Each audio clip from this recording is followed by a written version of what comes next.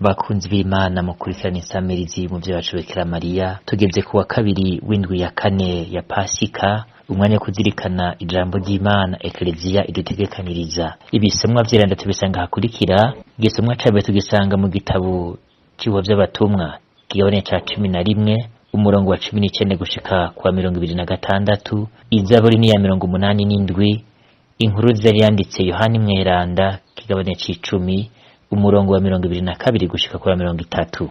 Muri kumwe na Patiri Samuson Sabiyumva wo muri Diocese y'Ingozi.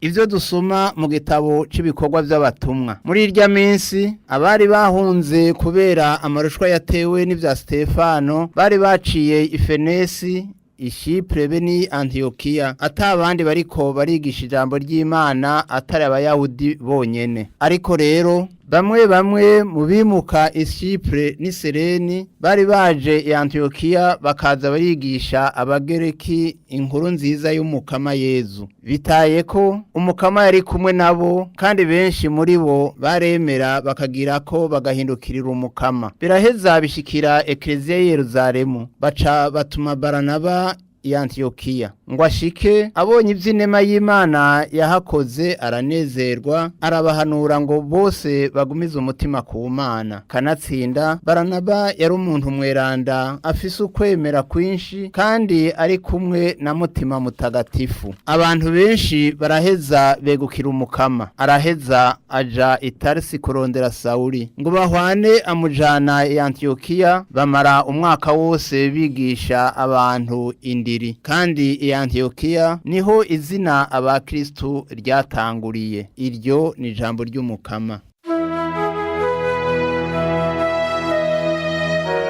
Ntara zose ni muninahaza umukama. Ntara zose ni muninahaza umukama. Ese ingera umukama agukunda, wewe wubatswe ku mirambi myeranda, ewe Siyoni urakundwa akazwa kuruta izindi nyubakwa zose za Yakobo. Bakuvuga baguhaya, wewe gisagara c'Imana.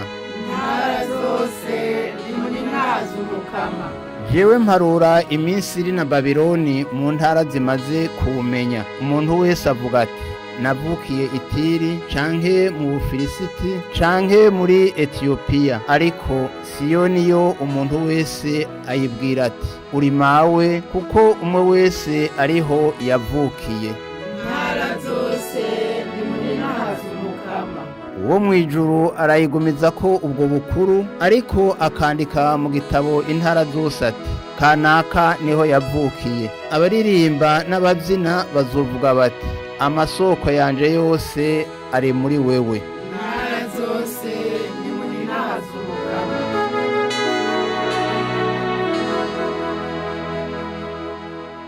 Inkuru nziza ya Yezu Kristu nkuko tuyishikirizwa na Yohani Mweranda. Ico gihe Yerusalemu bahimbaza iminsi mikuru y'uguhezagira isengero, hakaba hari mu rushana. Yezu yariko aragendagenda mu ngoro y'Imana munsi y'ubwugamo bwa Salomo. Abayuda baramuhundara ko rero baramubwira bati uzoturindiriza kugeza ryari? Niba buri Kristu bitubwira icese. Yezu arabishura ati narabibabwiye ntimwemera. Ibikorwa nkora kw'izina rya Data nivyo binshingira intahe, ariko ntimunyemera kuko mutarabo mu ntama zanje. Intama zanje zirumviriza ijwi ryanje, kandi ndazizi vyongeye zirankurikira. Ndaziha ubuzima budahera, ntizizokwigera zipfa. Bisubiye ntawe uzozinkura mu minwe. Data yazimpaye aruta bose, kandi ntawe ushobora kuzikura mu minwe ya Data. Jewe na Data turi umwe. Dushemeze iyi nkuru nziza y'urukiza.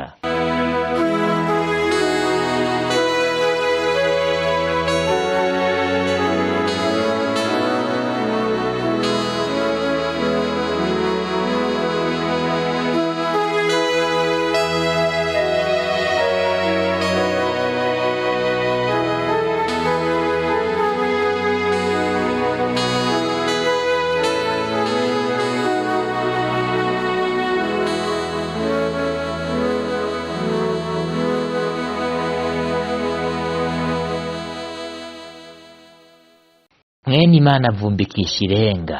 Ngivyo ibiriko birashika mu mubano w'abemeye kwakira Yezu Kristu i Antiokia. inyuma y'urupfu rwa Sitefano abandi bakristu mu guhunga bajanye ukwemera, hanyuma basanga i Antiyokiya hari abantu bakeneye kwakira ijambo ry'Imana ngo buhure na Yezu yazutse mu bapfuye. Naho bari mu makuba yo guhunga, ubwami bw'Imana buriko burasasagara aho bahungiye. None nyene aho Yezu ashitse, aho Yezu bamwakiriye, ubuzima bwabo burahinduka. Ni Antiyokiya bamaze kwemera inkuru nziza bashikiriza Yezu umukiza w'abantu kandi yatsinze urupfu, baciye bahinduka. Ngico igikorwa inema y'Imana irangura mu buzima bw'umuntu yemera, mu buzima bw'umuntu yakiriye Yezu, mu buzima bw'umuntu yemera kunywana na Yezu. Uwemera yakira Yezu mukama nk'umukiza wiwe nyene, ubuzima bwiwe bugahinduka kubera uko kwemera, kuko uko kwakira Yezu kumera nka wa mwambiro umaze gushika mu ngero nkeya zifu, nyafi kakama ikagwira. N'uwakiriye Yezu ntagoma mu vy'ukuri uko yahora, arahinduka mushasha kuko yakiriye Imana muri we, aronka ubuzima bushasha bumubamwo bukamukomeza. Mbere n'ingene yahora ategera, ingene yahora abona ibintu bigahinduka, kuko atangura kwibonamwo akaryo ko kwigaragaza kw'Imana nk'umuhezagira ihunda abasavyi bayo. Uwakiriye Imana uri kumwe na Yezu nyene arategera icari, ntasubira kwiyoberwa no kwibura, kandi ivyo bimutuma atazimira ngo ajuragirike mu vyakora. Ukwemera kw'abanya Antiyokiya kwabakomereje ukwakira Yezu Kristu, bahava barumva ko izina ribabereye ari ryo kwitwa ba Kristu. Ngaho aho natwe ba Kristu bubu mbere n'abazoza twakuye iri zina ry'agahimbare ni Antiyokiya, riturangira ko twegamiye Kristu umwami w'abami kandi afise ingoma itazokwigera itirigana na gatoyi. Uwakiriye Yezu Kristu nyene, ubuzima bwiwe burarondoka, buragwira, buratora ibishasha vyubaka umuntu, bigatanga umwizero, bigafasha muntu kubona neza mu vyacamwo ko ari kumwe n'Imana. Ni mu gihe ariko igihe cyose umuntu ari kure ya Yezu canke ataramwakira, yama mu mudugararo, kuko adashobora gutegera no gusigura ivyo abayemwo. Kuko abankako birumvikana ko Yezu Kristu ari we mwana w'Imana, yaje kutubwira inzira itujana kwa Data no kuba ab'Imana. Nta woshobora gutegera ivy'ubuzima twese tuzi ko butangwa n'Imana atari kumwe n'Imana nyene. Nivyo biriko biragora abayuda b'i Yerusalemu mu kubaza umukama Yezu bati, uzoturindiriza kugeza ryari? Niwa buri Kristu, nukuvuga umucunguzi w'abantu, bitubwira icese. Ntibategera, bari mu mudugararo ubamiza mu kwama bariko baribaza kandi ntibaronke n'inyishu, kuko nk'uko Yezu bibabwiye baranse kumwemera. Yamara ibikorwa arangura nk'Imana hagati muri bo bibatera kwibaza vyinshi. Ukutemera Imana no guhomba cane, kuko umuntu yishira mu bibazo Imana yirirwa iratangira inyishu. Kuko naho zino ntemera z'abayuda basaba Yezu ngo ababwire icese ko ari Kristu umucunguzi, ico basaba sico babuze, kuko Yezu ntasanzwe yinyegeza mu kwigisha, mbere n'ibikorwa akora biramuranga ko ari umukiza, ariko ntibamumenya kuko atakwemera bafise. Si ugutangaza cane cane icese Imana n'ibikorwa vyayo bituma abantu bahinduka, ahubwo mu guhinduka hakenewe ukwemera kwakira Yezu.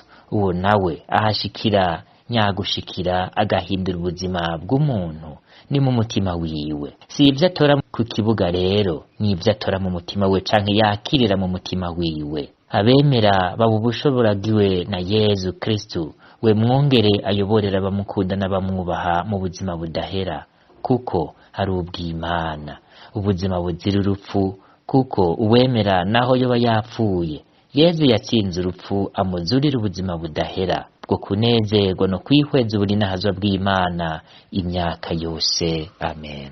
Nimwumvirize ijwi ryanje, nzabimpa